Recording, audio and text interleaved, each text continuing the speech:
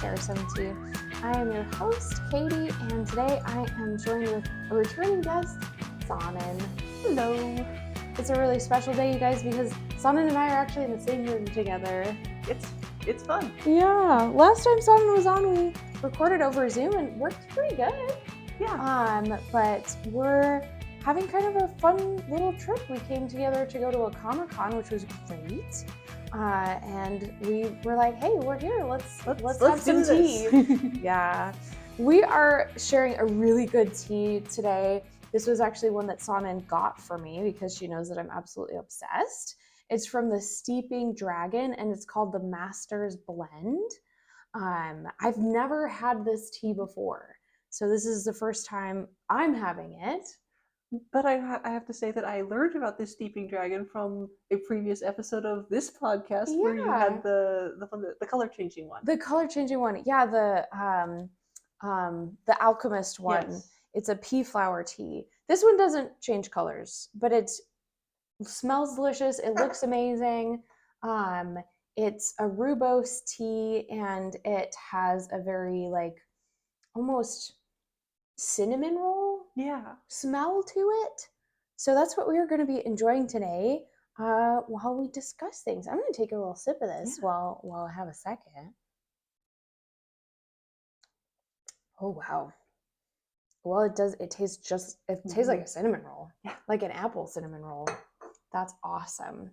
It's supposed to be spring outside, but this has actually been a very cold weekend, so this works out to be a very good tea for this weekend.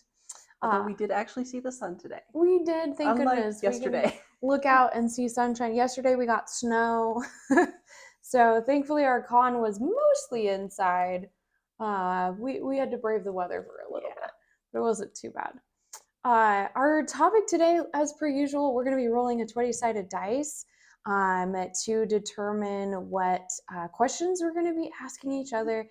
And our topic we're going to be discussing is different technology through the ages that we've grown up with or that has come out, and our experiences with that. I'm really excited to share this topic with Sanan. Did you want to roll the dice first? Sure. I will start us off here with an 18. Oh snap, starting off really strong. 18. This is great. What was your first gaming device that you had at your own house? What is your current most used gaming device that you have at home? Let's see. The oldest one that I remember is the Atari. I couldn't tell you what number version of it was. Yeah. Because at that point it was the Atari. The Atari, yeah. So you guys had one? Yes. Awesome. That's super awesome. I'm pretty sure we had one, and then we didn't just borrow it from somebody else. I know. It's like so that's hard, a little fuzzy, a little foggy. The one I know we definitely had was the Super Nintendo. Oh yeah, that one is like classic. Yeah. We didn't have a Super Nintendo. We ended up with a Nintendo 64 eventually. Yeah. But like our friends that had the Super Nintendo or our cousins that had it, we were there constantly playing that game. Yeah. So we had the Super Nintendo. It came with the Super Mario World. Yeah. And we never actually for a long time didn't buy any games for it, but my brother would borrow them from friends of his. Yeah, I mean that's just kind of what you did. And you could also rent them from the video game store. From the video store. From the Blockbuster. Yeah. No, we didn't have Blockbuster. Oh, you guys didn't have Blockbuster. Not at that point. Well, yeah, that's fair. I'm sure Blockbuster existed at that point, probably, but it was mostly like the local video place. There were two local. Stores, I'm pretty sure independent stores. You could also check them out. Like some of the game cartridges, you could check out from the library. Like at least our library had them. Yeah, they were usually really janky. Yeah, as such things become after 3,000 people have getting played them. Passed around constantly. Yeah. Current gaming systems. I have. I mean, my most. I guess it's between just my computer. Yeah, you're a PC player. Yeah, PC player. The PS5 because I'm currently in the middle of the part 2 of the Final Fantasy remake. Awesome. Final Fantasy 7 remake. Yep. It's so awesome. And then there's the Switch. So of course. So like I said, for me for this question, the first one that we actually like owned was the Nintendo 64. And I don't remember who my parents bought it from.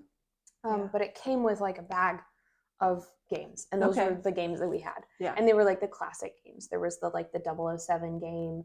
There was you could be like little GI Joes. Yeah. I don't remember the name of that one, but we loved that one. You were the little plastic toy GI Joes. Army men. Yeah, like the little army men guys. So you could play those. We had Super Smash Brothers. We had Mario Kart, of course.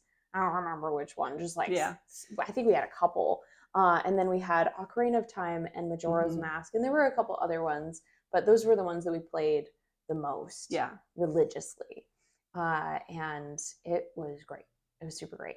And then at one point we did get an Xbox. I don't know which one we had. The Xbox was really cool because it was like the step up from the Nintendo 64. Right. You know, the graphics. The next generation. It was like, ooh, it's so fancy. I didn't play a ton of games on the Xbox. That was mostly like my brother's thing. We played a lot of Halo. One of my brothers got way into Assassin's Creed. I really liked watching him play Assassin's Creed because I would die within 5 minutes, but he was like really good. And there was Lara Croft Tomb Raider. That one was another really good one. There was one, I forget what it was, but it was this World War II like fighter pilots. You were fighter pilots, and it was really fascinating because you went through the history. You would fight in like your little fighter plane in all the like major historic battles. So like history wise, it was really fascinating game. And I loved it because you could fly planes, and that's when I discovered that I really liked like flight simulators and flying planes and stuff. You know, it was one of those games that had the warning at the start. It's like, if you get motion sick from seeing things, like don't play this game. We have warned you. Yeah. Don't blame us. Our Xbox came with the demo on it, and I got really good playing that demo. And then one year my brother got it for me for Christmas, which was super nice. And yeah, I loved that game. But then for a long time I didn't have any game consoles or anything because they were kind of my brother's, and I was away and I was at school, and you just don't have time to like play or even like the funds to get your own system. Right. And it wasn't until like last year-ish that I finally got the Switch. I had actually borrowed a friend's Switch because she had told me like, oh yeah, you can play all the original like Nintendo 64 and all those different games. They have them online and you can play them on the Switch online. And I was like, oh my gosh, I'm sold. Like I wanted to play like all my original games like so bad. And then of course I started playing others. And so I've since been using the Switch, and those have been really fun. I've really loved being able to like get back into the nostalgia of the old games, but then also be able to play some of the new stuff that has come out since forever ago. Right. But that's been really, really, really fun. I did have, this is kind of a sad story, but I did have a PC that I would occasionally play on that I'd inherited from a roommate in college. I wasn't super good. Like playing on a PC is hard for my brain. Yeah. I do feel like it's superior than like if you have a console version of a PC game. I feel like it's a smoother control system, but it was very difficult for me to learn. And last year, my house literally flooded, and the room that PC was in was the room that flooded. So, which is really sad because I was really looking forward to playing Baldur's Gate on that particular PC, and it is gone. It is sleeping with the fishes, literally. But yeah, Oh, that's a sad story. I know, it's kind of a depressing story. I'm sure it will have a happy ending at some point when I decide that I'm going to invest in another PC game. But like, it's okay, guys, because I've gotten the Switch and I've been playing some wonderful games on there. And I've also been really busy. We've been going to like cons and I've been working and we have the podcast. I've got so much stuff going on that it really is okay that my PC is gone. Yeah. But it was, thankfully, like, it wasn't, I did pay my roommate for it, but I certainly didn't pay like the purchase price that she had paid for it. Right. So like I wasn't out that much, but like it was rough. Yeah. It was rough. But that's okay. One day we'll have another one. This tea is so good. All right. Well, shall we do another question? Let's go for it. Let's see what else we shall get. Oh, I did great. I got a 7. Seems about right. Oh my gosh, this is great. Okay. This is great. Do you remember what people did before we had Google Maps and nearly constant internet access? I remember being a kid, sitting like in the back seat, you know, while your parents are driving to like wherever, the dentist's office, museum, gonna visit grandma, like whatever. And I remember just like being impressed that like, man, everywhere we go, my parents know how to get there. Like, wow, one day I'm gonna grow up and I'm gonna be an adult and I'm gonna know everything. Yeah. And one of the things I'll know is like how to navigate. Like, wow, is this gonna be so great? Little did I know that the entire time my parents were mostly just like, is this where we're supposed to turn? Wasn't it this exit? No, it was the other exit. Like, completely lost. As I got older and like was more aware, like situationally aware, I would like pay attention and be like, oh no, we're solidly lost right now. And there have definitely been times where like I was in 4-H and my dad wasn't usually the one that gave me rides to club meetings. So he didn't know the way as well. Yeah. And in the wintertime especially, it would be really dark. Sure. You know, and so leaving 4-H, we got very lost. I still don't know how we ended up where we ended up, but somehow we ended up like from this neighborhood out like an hour away on the main freeway. And it was like, how did we get here? Well, at least we know where we are now. We were able to get home. But like, that's literally what it was like, at least for us. And like, if we ever did road trips, my parents, like we would have maps. We would have physical maps that before the road trip, we would take a marker and we would mark the route on the map that we were going to take and like, you know, highlight special stuff, whether it was the exit or like where you wanted to stop for food or something like that on a physical map that you would like shove into the glove compartment. And the job of the person sitting in shotgun was to like navigate. And that was like the worst job because it was so stressful. Trying to figure out like where are we in relation to this map that's like the size of your car. So that's what we would do. Now see, for my parents, it was kind of like my dad was the driver and my mom was the navigator. So it was like they both had their roles. They had their jobs. And so my mom she would plan the route ahead of time. She would I mean, you know, before we had Google Maps and stuff like that, she probably had written out notes. Oh my gosh. As far as that's pretty good. You know, routes and stuff like that. Yeah. I remember a road trip that I went on with some friends. You could go to AAA.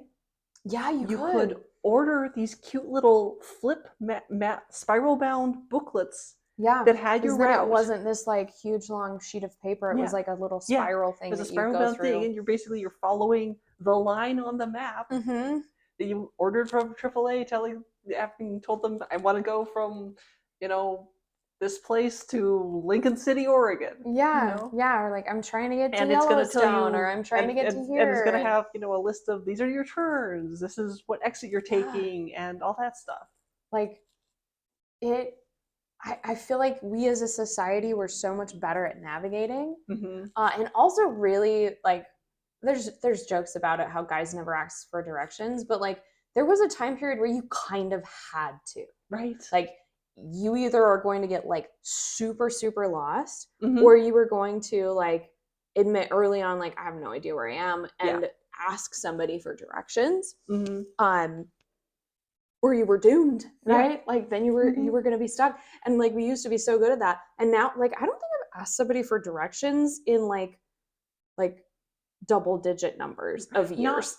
Not while on a trip. No. I mean, I've certainly done things like at a hotel, ask them, "Hey, where's the nearest grocery store?" Oh yeah. And they'll be like, "Oh, just go down the road right here." And like, or go to, for recommendations, or for like food. go to this place and not that place. Yeah, that's always nice when Google you get Maps like may or may not tell you that part. Yeah, when you get like the local recommendations and stuff. But like never, in double digit number of years, I have not stopped on a trip actively to be like, hey, random person at the gas station, I'm trying to get here. Am I going in the right direction? Wherefore we go. Like, yeah. Now, I think kind of one of the results from me growing up in the time and kind of coming into the driving age before really GPS was a big thing and all that stuff, and definitely before you could reliably have it on your phone. Oh my gosh. Yeah. So well, freaking our phones didn't used to have screens. Yeah, exactly. But one of those things is that if I'm taking a trip to somewhere that I haven't been before, yes, I'll be using my GPS, but I will have a paper map backup. Like I will print one out for myself, just like I feel better having this thing. Yeah, having the security of it. I do remember, so like it was that awkward, I feel like it was the like in between like the awkward teenage phase of technology and smartphones where okay, we had things like MapQuest, but it was on your computer at home. Right, and you printed out those directions. And you would print out those directions and then pray really hard. And especially when MapQuest was first a thing, that got us lost a lot. Yeah. MapQuest got us lost a ton, like so many times that and we would only ever print it out for stuff that we were going to, okay, we've never been here before. And so we really do need, like, we either need a map, or we can just like do the thing that we normally did, or we needed like active directions. And so we would use MapQuest because it was like this cool new thing. Well, it was a new thing and it had some growing pains. It did. I don't think I've used MapQuest since that growing pains time period, because then once it transitioned to, okay, you can kind of sort of get it on your phone and go from there, then it was like, okay, at least this is actively updated frequently and you can always like re-enter your destination. But yeah, there was that awkward time period where it was like we have them, they're not great, but we have them, but you still have to print them and make yourself like a book of MapQuest directions. You know, I remember having to, like, you'd have to pay attention to your odometer because it would be like, oh, you have to make a turn at this intersection that there's no sign or anything in 2.7 miles. Yeah, and you're like, well, is it this one? Is it that one? Because there's no pictures. It's just text on a paper that you print. Yeah, it was a wild time. No, I do still keep maps in my glove compartment, in my glove box, my car. I feel like depending on where you're going, especially if you're doing like a long driving trip, it's kind of smart to have like that, because if your phone dies or whatever, like it's nice to have that option. It's been maybe like 5 or 6 years since I've been in a situation where it was like my phone did die and I needed directions. And, but it is always good to have that as a backup for sure. And I do that even with the fact that my car has its own in-dash navigation system. Yeah, I mean, now it's all even in our cars, right? Like that's how we've been getting around town on this trip that we've been on. You know, just entered in. If we were like, oh, we really want some food. Where do we want to go? Just boop, put it in the car, and then we just go there. And sometimes we ignore the directions that the car gives you, because you're like, the GPS isn't always right, Dwight. It's not always right. Oh gosh, but yeah, I still don't know. Like I know, but I still don't know how it was that my parents were such good navigators. I never became that person. Like I'm reliant on my phone, and Mhm. like if I live in an area, right? Yeah. And like I moved there, right when I first moved there, I'll use my phone to like Mhm. get directions to places for like the first couple of weeks or so. But then you just kind of like you learn Yeah. the layout, but like still, even when it's like, oh, I'm gonna go to this restaurant that I haven't been before, I don't actually know where it is. I'm still Mhm. gonna use my phone Yeah. because I could not just get there Mhm. with without directions. Yeah. Well, and with thinking about like actual physical paper maps, Yeah. when I was young, I understood the concept that people use maps to get places. Mm-hmm. But if you took me and gave me a map and said, figure out how to get here, like Yeah. I had, it did not make sense to me how Yeah. to use a map to To navigate. navigate. Yeah. I learned how to use it finally clicked in my brain how to use a Yeah. map to navigate playing video games. Oh, really? Yes. That's pretty great, actually. I love that. It's like, oh, okay, this actually makes sense now. I Here's this understand thing how this 2D image relates to getting where you're trying to go. in Now the it makes real world. sense. Yeah. Yeah. I I don't really know. I think it was mostly just like watching my parents Hmm. how they would figure it out and then being like shown like okay, this is how you and that's Yeah. how like I figured it out. But yeah, like video games, like if you don't have a little square or a little circle down in one corner that shows Hmm. you where you are, it's almost like you're blind. You're just like, I Yeah. can't get anywhere. I don't know where anything is. Oh my gosh. Well, Like, this was an older video game, so it wasn't that fancy where you yeah, actually had your own the little own side little screen. You had thing. to separately open the map to compare Hmm. it to where you were. Yeah, And yeah. it's like, Even in oh, some of those like older games, hmm like Ocarina of Time, you didn't have a little map to look at nah. on the main screen unless you were in a dungeon. Hmm. And even then, it was so teeny bitty and your screen was so janky that you Yeah. might as well just open up the whole map Right. of the dungeon anyway. And it's just like some squares. So Yeah. you're like, I think this is the square that I'm in. Yeah. And I can't tell which way's up or down, but I'm Right. pretty sure, Exactly. Or like sometimes it would have the map, but it wouldn't have you on the map. And so you'd Right. be like, where am I? Right. Where am I? And I would use the technique of like I would find the doors and Uh-huh. count the doors in the rooms, and yeah, Yeah. they've gotten better, but still sometimes it's like, oh my gosh. Right. Yeah, when I got the Switch and I started playing some of those old games again, it was like, oh, it was such a trip, and then maps were pretty great. Right. The maps were really great. And then you start getting into really old school games. You're like, what do you mean there's no map? Yeah. What do you mean I was supposed to be mapping this as But I went? you were figuring it out as you went along, and there was no like drawn out map anywhere. But you could figure it out. But yeah, unless you like basically memorized it. Yeah. It was like little like hedge maze. Some of my friends, when they were playing games, they would literally draw out their maps. No, yeah. I did that with some of the ones, like with when we were kids and we were playing some of those games. And I was good at it. Because you also couldn't go online and find the answers. No, because there wasn't an online to go on to. Or like there was, but it was like literally a hand typed page of text that would describe like how to do the cheat code or how to find the hidden treasure chest. Or someone had taken the text and used it to draw the map. Yeah. Yeah. Those ones People are always used to do really that. clever. Yeah. Those ones are always really, really clever. But yeah, trying to like figure out like now if you're playing like if you're in Breath of the Wild and you're trying to finish a shrine and you're like, oh, this one's really hard, I'll just pull out my phone and look it up really fast, and you'll have a step-by-step instruction with pictures and even video of somebody like completing the puzzle. Yeah. Versus like back when we were playing it, if there was like a puzzle that you couldn't figure out, like you either walked away from it and never finished it, or you just kept trying random stuff. You just brute forced it until you got it. Yeah.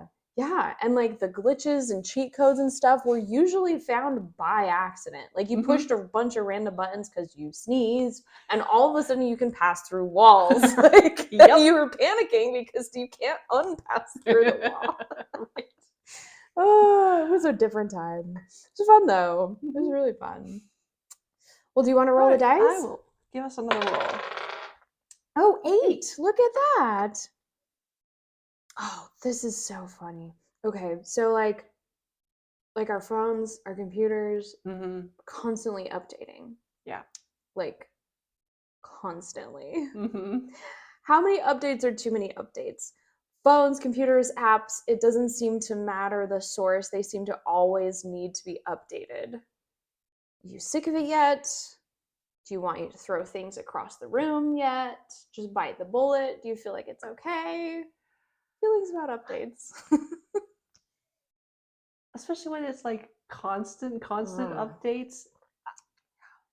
My feeling is they really needed to have actually finished testing before they released this update. Because I Yes. know that this next update that came in 3 hours ago to replace the one that happened yesterday is because you found a bug in the update you You're just just released. patching more things, patching the patches. You're patching the patches and you're Yes. patching the patches. And I may be a little more sensitive to that, given that I work in my day job is working with It's a very tech very heavy. technical Yeah. thing, and we don't want to be releasing patch after patch after patch No. because when we do that, it literally costs our customers money Yeah. to go out and make those updates. Yeah. Well, because you have to, you're paying people to make those updates. Yep. And then paying people to put out those updates Mm-hmm. and to make sure the updates are actually going to do what they're supposed to do. Yeah. And then when they don't, you have to pay more people to then update the updates. Mm-hmm. And it just becomes this like vicious cycle. Yeah. And as the person who works in the literature, documenting the updates, where you're documenting everything. If something is a particularly big problem where it's actually going to cause customers like, this could break your product. Sorry about it. I'm one of the people in our group who writes those notices that we send out to our customers about those.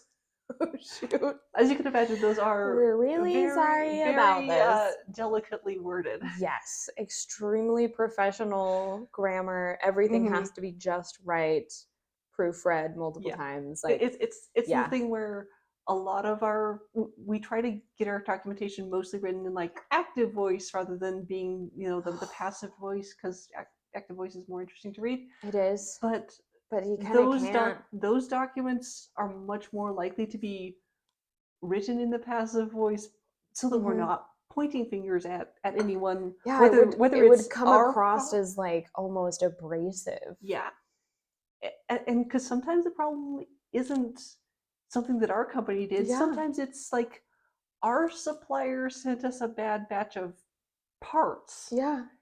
And it's not really their fault, and it's not really our fault, but we just need to sometimes it's really their fault. But you don't want to make them look bad. Exactly. You got to keep good relationships with the people that you work with and get supplies from, and it's a delicate thing. We received a defective batch of components, sort of thing. Yeah. Or not even that we received, like, defective components were placed on your device while it was being manufactured, and send it back, we'll fix it. Yep. Yeah.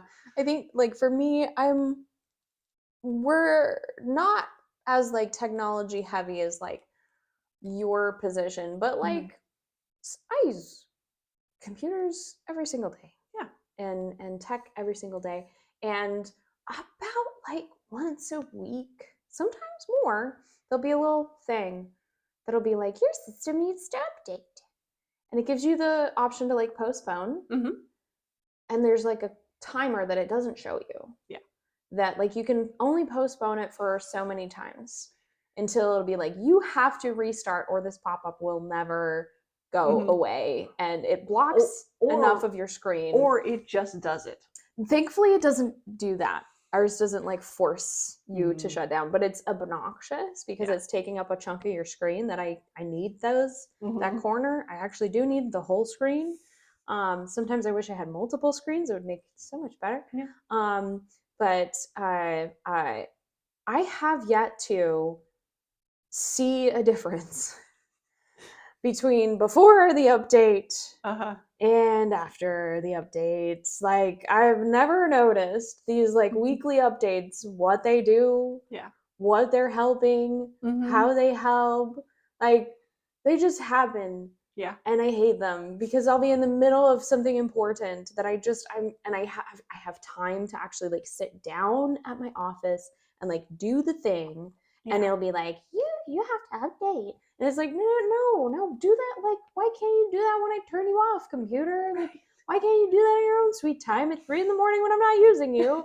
But like, no, it always chooses like right in the middle of the day when I have a second to sit down that it's like, nope, you have to restart it now. And I would like to know, what are you updating that needs to be updated that often? Right. And also that I don't notice that it's better or worse before and after the update. Exactly. I just don't know. Like, and sometimes, you'll have like an app on your phone that'll be like, oh yeah, we just did an update now that you're reopening the app, and it updated itself. Yeah. While your phone was charging at 3 a.m. and didn't interrupt anything. And here's what we fixed, or here's what is now new, or whatever. Like, those are fine. I'm totally fine with that. Some of them, it's like, I mean, you didn't have to update the fonts, but I guess we have new fonts now, or whatever. Or now the little bubbles for the little apps look slightly different. They have rounded corners instead of pokey corners, whatever. Right. Like, whatever you've decided to change, phone. But like, that's great because it doesn't interrupt anything, and usually it accomplishes something or fixes something, and it gives you a little thing that says like, hey, if you were curious, this is what changed. Yeah. And also, if there was a problem, this is what changed. Like, that's nice. Yeah. Why aren't we all doing updates like that? Like, when I'm not busy, like full busy. Exactly. That's how I feel about them. Like, I do feel like they're necessary. Like, technology is constantly evolving. It's very fluid. And you don't always, as a developer, know, like, okay, we've developed this app or this program or this part, like a physical part. It works in the lab setting, in development, but we don't know how it's going to change or interact with stuff out in the world. So we need updates to be able to like keep it fluid. So I think it's all great, but it just needs to not be such a pain in the butt. Now, kind of semi-related to that, another update related to trend that I've seen in video games, especially in like computer games, is they're not, when they release the game and you pay for the game and you buy the game, you don't really have a finished game yet. No, you don't. They're going to patch it and they're going to update it and they're going to, and release like, new content and fix this hole in the world that you just fell through. And like, some of it's like, okay, part of it is, fixing the glitches that people can take advantage of. Sure. And it's like, okay, but those are kind of fun sometimes, but I've never been one to, except for some of the really goofy ones that I accidentally ran into in like those really old games. Right. Like, those were fun at the time, but it was mostly an accident. Exactly. Didn't really change the gameplay as far as I was concerned. So like, but it's like, okay, if people find a glitch to use to their advantage, just let them play. Just let them play. It's a game. Just let them play. Especially if you don't have an online competitive component. Yeah, if there's like an online competition, PvP stuff, then like, it needs to be an even playing field as much as possible so that like people aren't just getting mowed over because someone knows a glitch or knows a hack or something like that. But like, it's a delicate balance because there's this huge drive and huge pressure from us, the consumers, of we want this new game to come out. Like, they've announced it. We've been waiting sometimes years plus for this thing that they've announced and been looking forward to, and we really want it. And so there's this huge pressure to like get it out and get it going, and because you're going to make money and the people are going to be happy and et cetera, et cetera. Yeah. But then on the other side of it, it's, we want a really high quality product. We don't want it to be glitchy. We want it to all be actually done. We want it to be all finished. And I feel like some of the solutions that they've found are like, okay, well, we'll have some of the content be downloadable content. And it's like, okay, like, that's fun if it's like bonus stuff. Right. Right? But if it's like, here's the stuff that we were still working on, but they didn't give us time to finish, and we really wanted to make it part of the game, and it's kind of important, but we weren't able to put it in there. So here it is 2 years later or whatever, hopefully the game works better now. Right. Like, I feel bad for the creators Yeah. because I can't imagine the pressure that they have to be under to like churn out stuff that's like so high quality and finished in a very, very short amount of time. I feel like that's shortchanging them Yeah. as content creators. I would honestly be okay with like waiting longer for like the finished, completed product Yeah. than okay, here's this one that we slapped together really fast and it's probably not going to work super great and there's stuff missing, but we'll get it to you eventually, maybe, hopefully. Yeah. You know, like and the poor creators, the poor content creators, like they're already doing such an amazing job. Like just like we need to calm down. Yeah. That's my 2 cents on that.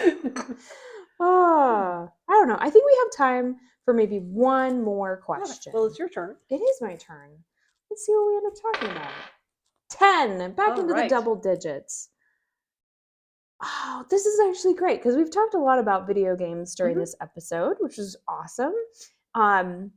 This question is, at different times in the past and present, video games, PC games, console games, etc., were blamed for a lot of different issues in society. But they've also been shown to be very good for a lot of different things too, both in learning, motor skills, critical thinking, creativity, etc.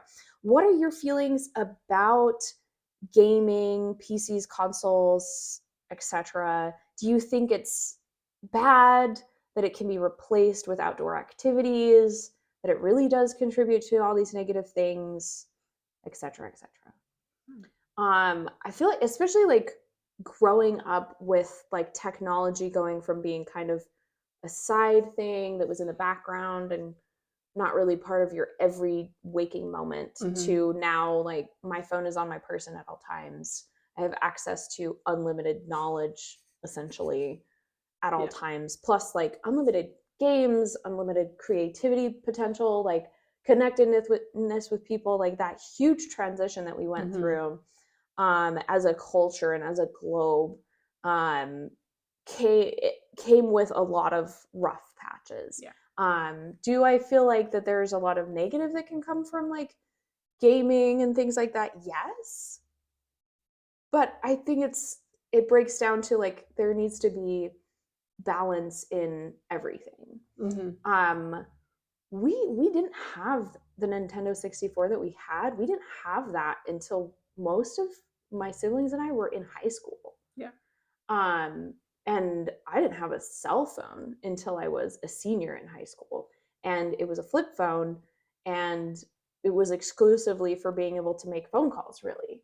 Yeah. And so, like, a lot of the things that we did as, like, kids, we spent tons of time outside. We spent tons of time playing games, but they were, like, board games. Or they were games outside in the yard, or they were, like, night games and things like that.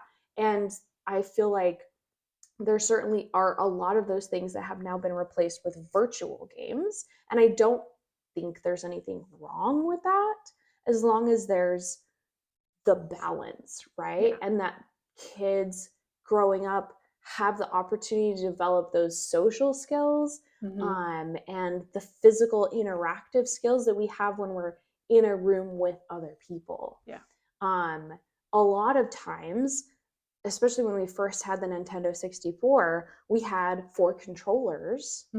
And most of the things that we did, we were playing games with each other and our friends. So it wasn't like we were cut off completely. Like even the single player games, like when we would play Zelda, we were watching each other and like cheering and being happy or helping each other with like the hard puzzles and things like that, you know. It was always like a social activity. So I think like in the right context and with the right balance, it can be a really great way for kids, young adults, people of all ages to remain connected with other people from around the world now. Yeah. I think that's amazing. Can it be violent? Can they have like a bad message? Absolutely. But I think that's also a part of making sure you're choosing things appropriate for the age group, right? Like first-person shooter games should probably not be played by a 10-year-old kid. Like, probably not the best choice, right? So there's Yeah. a balance, but I think games of all different levels, whether it's technology heavy or you have sticks and you're in the woods and you're running around pretending to be wizards from Hogwarts, like it's the same thing, right? It can build those social skills. You can still use your imagination. It can still be so much fun. And you can still be just as much of a bully in person as you could be online. And so I think the balance is where it comes in, for sure. Yeah. And I would say definitely for, if we're talking about like kids, I think the parents need to be involved. They need to know, what is your kid doing? What is your kid playing? Yeah. Is this something that is appropriate for them to be playing, or to be doing, or to be interacting with in maybe whatever play way? it with your kid. Yeah. You know, and sure, maybe it's really dorky and dumb and it's a goofy little game or whatever, but like I loved, there were some games that they were PC games actually, that we played together as a family. Yeah. And I really liked that. We also played board games together as a family. We also went on road trips together as a family. You know, like it's about doing those things together. Like be interested in what your kid's interested in. And then you can see like the effect that it's going to have. And you can see like, is my kid ready for something like this versus something else? You know, like, yeah. And I'd say if a game has an online component and you and or your kid are using that component of it, be very aware of what's going on there. Oh yeah. Because unfortunately, I mean, yes, people can definitely still be bullies in person as well as online, but online there is the added thing of the other person doesn't really have a face. Yeah, there's the ambiguity. You can act like the other person is really just an NPC in your life. Yeah, there is a lot of that, the detachment of interacting with an actual other human through an avatar online. There is a dehumanization that can happen. And I do feel like it can drastically affect like a young developing mind who's like frequently in that mindset. And then as adults, it can really affect us. I think part of why people are so mean to people is because we've been so disconnected by being so connected. Whether it's through online gaming or just like social media just in general. Like it is really, there's always been a lot of talk about how easy it is to say whatever and do whatever. If you feel like there's no consequences. And you feel like there's no consequences. And so if parents are worried or things like that, be involved. Know what your kid's doing and make sure that there is good communication so that your kid doesn't become a bully, but also that they aren't being affected by that. Because as much as these resources and things with technology can change our lives for the better and can be really helpful with helping us to feel connected and be creative and learn, they can also be just as harmful. It is just a tool. Exactly. And, kind of touching back on the question where we started from is like, video games can get blamed for a lot of things. I've heard this. Like, so if you look back at like a couple decades, let's say, you know what was being blamed for that? Television. Yeah. So if you're using technology, whatever form it is, as a babysitter, there's going to be challenges. As your teacher, as your standard for what's socially acceptable, what's not. If you're using like the public school system as like a substitute parent for your kid, or if you're using like a screen to babysit your kid, like I'm not a parent. I don't know what it's like to have children, but I do understand that it's hard to have children and it's hard to raise kids at any time period. Sure. And it is so easy to turn on a TV, hand them a tablet to keep them preoccupied and busy while you get on with your very busy life trying to support said kid. Like, right. I have seen that. I'm trying to make dinner here so that we have food to eat. So we have food to eat. Like, I've seen that, and I know that that's a real thing in people's lives every single day.